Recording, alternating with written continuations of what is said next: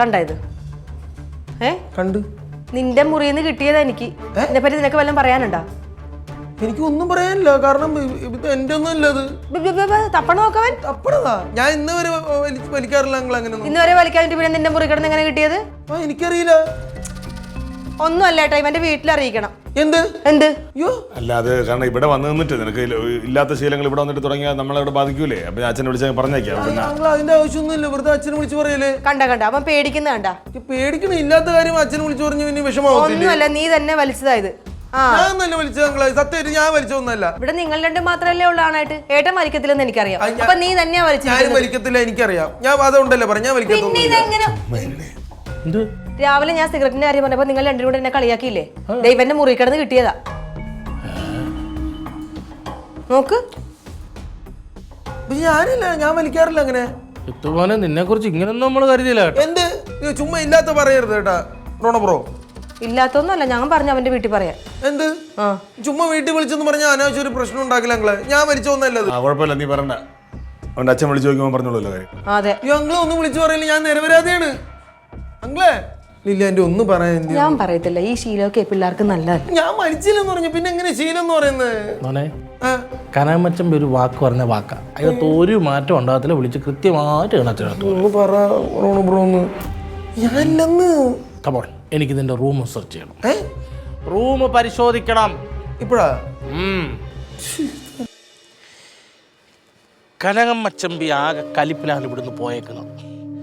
ആ രീതി വെച്ച് നോക്കുവാണെങ്കിൽ നിന്റെ അച്ഛനെ വിളിച്ചു പറയുമെന്നുള്ള കാര്യത്തിൽ യാതൊരു സംശയമില്ല. എന്റെ അച്ഛനെങ്ങാനും വിളിച്ചു പറഞ്ഞു കഴിഞ്ഞാൽ അച്ഛനെ കെട്ടി തൂക്കിയിട്ട് തോലിരിക്കും, ഉറപ്പാ. ഞാനൊരു കാര്യം ചോദിച്ചിട്ടേ, നീ പുക എടുത്തില്ല എന്നുള്ള ഒരു ഞാൻ പിന്നെ ഇത്ര നേരം എന്തുവാ പറഞ്ഞേ? ആര്? അച്ഛൻ വിളിക്കണ്.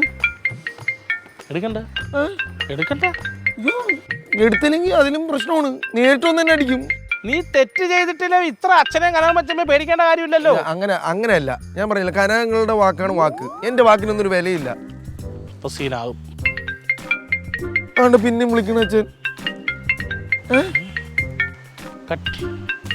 എടുക്കരുത്. എടുത്താൽ അത് കലിപ്പിന് സാധ്യതയുണ്ട്. അപ്പൊ എന്ത് ചെയ്യും? റൂമിൽ നിന്ന് സിഗരറ്റിന്റെ കുറ്റി എവിഡൻസ് ആയിട്ട് കിട്ടിയ സ്ഥിതിക്ക് വാദിഭാഗം ശക്തമാണ്. പ്രതിയുടെ നിരപരാധിത്വം തെളിയിക്കണമെങ്കിൽ ആലോചിക്കേണ്ടിയിരിക്കും. എന്തെങ്കിലും ഒരു വഴി പറഞ്ഞ് സഹായിച്ചാ ബ്രോ. ഉദവിക്കുദവി. അതായത് ഞാൻ പൊതുവെ സമൂഹത്തിലൊരു മാന്യത ഉള്ളവനായതുകൊണ്ട് ഇമാതിരി ചീള് കേസിനകത്ത് ഞാൻ ഇടപെടാറില്ല. പക്ഷേ ജിത്തുമോൻ ഇങ്ങനെ ഒരു ആപത്ഘട്ടം വരുമ്പോൾ എനിക്ക് ഒഴിയാനും പറ്റത്തില്ല. ഞാനും അതിലും വലിയ മാന്യന. ഇപ്പം എൻ്റെ റൂമിൽ നിന്ന് കിട്ടിയ അസിഗരറ്റിൻ്റെ കുറ്റിയും പിന്നെ കനകരങ്ങളുടെ വാക്കുമാണ് ഇവിടുത്തെ എൻ്റെ പ്രശ്നം. അത് ഇനി എങ്ങനെയെങ്കിലും നൂരിത്താ പ്ലീസ്, എങ്ങനെയെങ്കിലും സോൾവ് ചെയ്ത് തരൂ. ഇച്ചിരി പൈസ കൊടുക്കാൻ പറ്റുമോ? അതായത് ബാബുവിൻ്റെ കടയിൽ പോയി ഞാൻ തൊടുന്ന സാധനം ഞാൻ എടുത്ത് കഴിക്കും. അങ്ങനെ ഉണ്ടെങ്കിൽ വഴി പറഞ്ഞു തരാൻ പറ്റും. അത് സെറ്റാക്കാം. വഴിയൊന്ന് പറഞ്ഞാ. ജിത്തുമോൻ്റെ അച്ഛൻ ഇവിടെ വരുമ്പം ജിത്തുമ്മ ഇവിടെ നിന്ന് 2 ദിവസത്തേക്ക് അങ്ങോട്ടേക്ക് മാറിക്കണം. മാറിയിരിക്കണോ? ഞാൻ മാറി നിന്ന് കഴിഞ്ഞാൽ അച്ഛൻ ഇങ്ങോട്ടെങ്ങാനും വന്നു കഴിഞ്ഞാൽ കൈവെക്കാൻ ചാൻസ്. ഞാൻ സോൾവ് ചെയ്തോളാം. അത് പറഞ്ഞാൽ ചിലപ്പോൾ കൈയടക്കം വെക്കാൻ ചാൻസ് ഉണ്ട്. അത് ജിത്തുമോൻ എനിക്ക് പഠിച്ചിരുന്ന പലഹാരത്തിന് രുചി ഓർത്ത് വേണേൽ 2 അടിയോ തെറിയോ കൊള്ളാം. അത് കുഴപ്പമില്ല. കാര്യം ജിത്തുമോന് വേണ്ടിയിട്ടാണ്. എന്ത് പറയുന്നു? ആറി തണുത്തിട്ടോ റീ എൻട്രി. സത്യാവസ്ഥ പുറത്ത് വന്നിട്ട് ഇറങ്ങാല്ലേ? അതെ, അതിനുള്ളിൽ ഇവരെ ഞാൻ പറഞ്ഞ് സോൾവ് ചെയ്യാം. എന്നാ അങ്ങനെ ചെയ്യാല്ലേ? ഇതൊക്കെ പറഞ്ഞാലും നീ ഇല്ലെന്ന് ഞാൻ പറഞ്ഞില്ലേ? എത്ര നേരം ഇത്? വാ, എന്തൊരു ചെറുകടത്.